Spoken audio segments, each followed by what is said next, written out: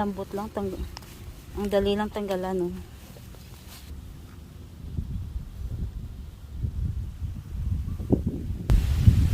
Yan. Bali isang buwan ko na to na tanim yung kamuti. Ang bilis lang lumago.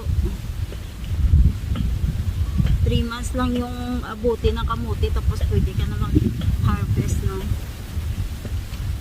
Ginagamitan ko ng ganito kasi para matanggal talaga yung ugat ng damo-damo. Kasi kung bubunutin mo lang, mabilis tumubo.